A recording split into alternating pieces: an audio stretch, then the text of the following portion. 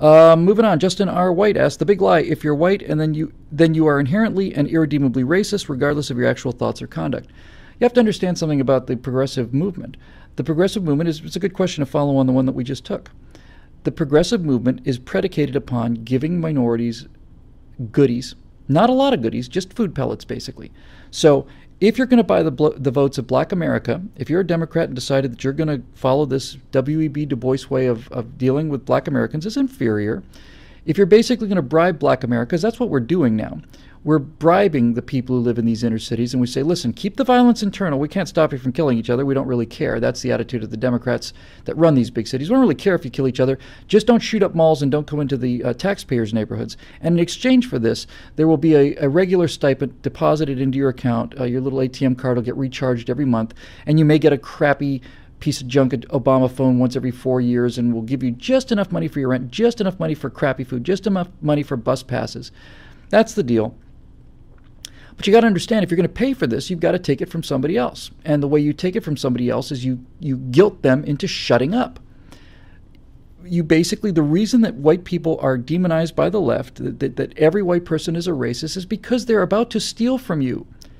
And when they come to steal from you, they can't just come and say, hey, we're here to steal your stuff, right? What they have to do is they have to say, this isn't stealing, this is justice.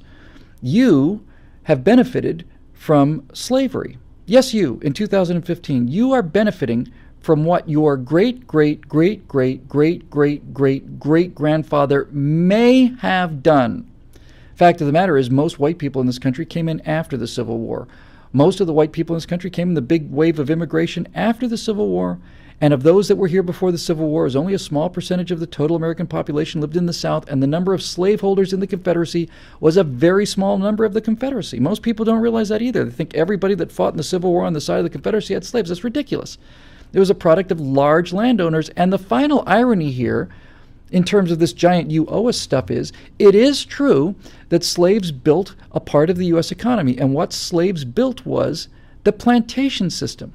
And the plantation system was destroyed at the end of the Civil War. The minute the Civil War was over, there was nothing left in the country that was built by slaves. That's not to say nothing was built by black people, but nothing was built by slaves because the plantation system was destroyed with the Civil War. Black Americans began the big migration out of the South up to the northern cities into Chicago, Baltimore, New York, all the rest, Detroit. And black Americans played a part in building the industrial era economy. They were working in factories just like white Americans. They were about 10% of the population. That was about their contribution. And there you go. But if you're going to steal money from somebody, you can't come up to them and say, hey, I'm about to rob you. What we're going to do is we're going to say, you're an awful person. Me? Yeah.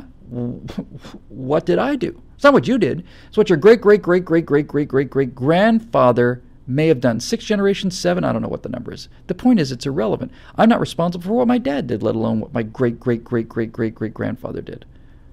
No, I didn't do it. I'm not responsible for it, and you're not going to make me feel guilty about it either. Because when black people were working on plantations in south part of the Confederacy, that was horrible. It was horrible. My ancestors were either working in mills in Lancashire, England, from six days a week from dawn till dusk, cotton carding for just aligning cotton fibers from sunup to sundown and dying at 30. Or they were working in coal mines and dying at 20. So it wasn't exactly cushy everywhere, you know. And this is it. So that's why you have to be a racist, Justin. Justin R. White, by the way. We know what's going on here, Mr. White. You have to be demonized because we're about to rob from you. And we can't call it stealing. We have to call it social justice. Therefore, you have to be a bad guy. Any questions?